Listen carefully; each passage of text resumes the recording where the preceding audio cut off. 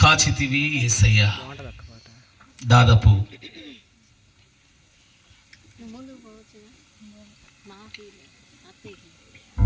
2002 లేదా 3 అనుకుంటున్నాను.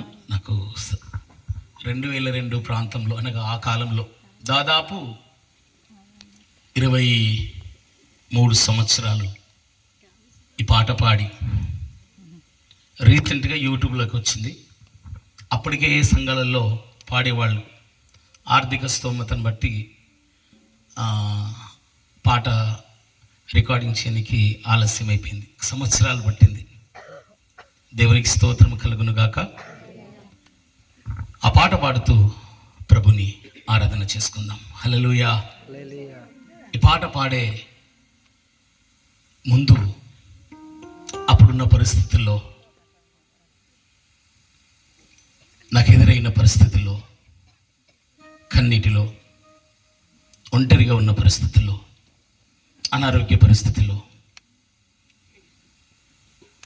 నడిపించేవారు లేని పరిస్థితుల్లో, ఆలోచన చెప్పేవారు లేని పరిస్థితుల్లో, అలా రోడ్డు ఉంది, అలా రోడ్డు వైపు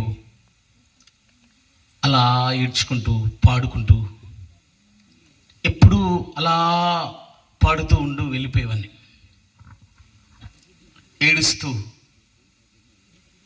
ఎందుకు అనంటే మనుషుల కంటే దేవుడు నమ్మదగినవాడు.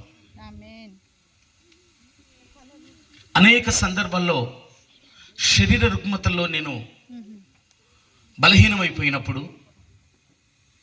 యేసయ్య నన్ను కాచి కాపాడినాడు. ఆయన నన్ను ఎత్తుకున్నాడు. ఆయన నన్ను ఆదరించినాడు.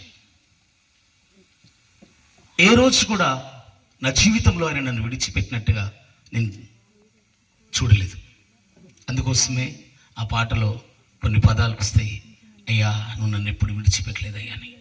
నన్ను మాత్రమే కాదండి, ఈనాడు ఆయన రక్తంలో కడగబడిన ఇక్కడున్న మనందరమును, ఆయనను ప్రేమించు వారిని ఆయన ఎప్పుడు కూడా విడిచిపెట్టేవాడు కాడు అని. దయచేసి మరొక విన్నపము, మీ మొబైల్స్ నేను ఆల్రెడీ సైలెంట్ మోడ్లో పెట్టాను. మీ మొబైల్ సైలెంట్ మోడ్లో పెట్టాలని నేను మనవి చేస్తున్నాను. ఓకే, స్తోత్రం. Praise the lord. హల్లెలూయా. కాచితివి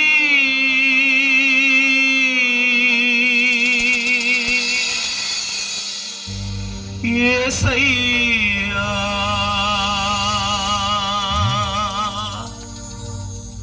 నీ కృపలో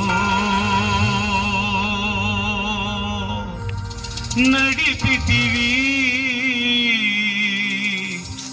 నన్ను క్షేమముగా